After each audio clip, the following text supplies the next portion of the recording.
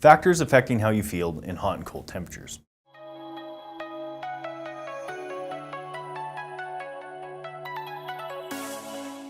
How hot or cold you feel depends on 6 main factors.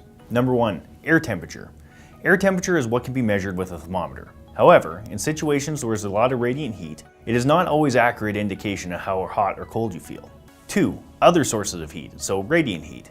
These sources can include direct sunlight, machinery that generates heat, hot water, heaters, or open flames.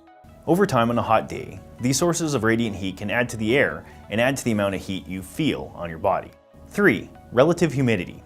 Relative humidity is the amount of moisture or water in the air. The warmer the air, the more moisture it can hold. High humidity makes people feel hotter because sweat does not evaporate on the skin. Cold air with high relative humidity feels colder than dry air at the same temperature. Why? Because high humidity in the cold weather increases the conduction or loss of the heat from the body surrounding the air. 4. Moving air or moving air speed. Usually cools a person. This cooling provides relief in hot environments as long as the moving air is cooler than the person. In cold situations, air movement can increase the wind chill and make you feel colder than the temperature may indicate. 5. Physical exertion. Physical exertion, how hard you are working, also influences how hot or cold you feel. Moving around or working generates heat. When working on a very hot day, this movement can create the heat stress on your body.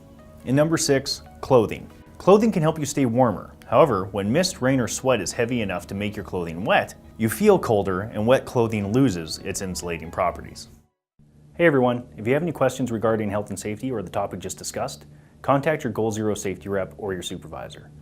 Or drop us a line on any of our social media channels or an email at info@goalze.ro.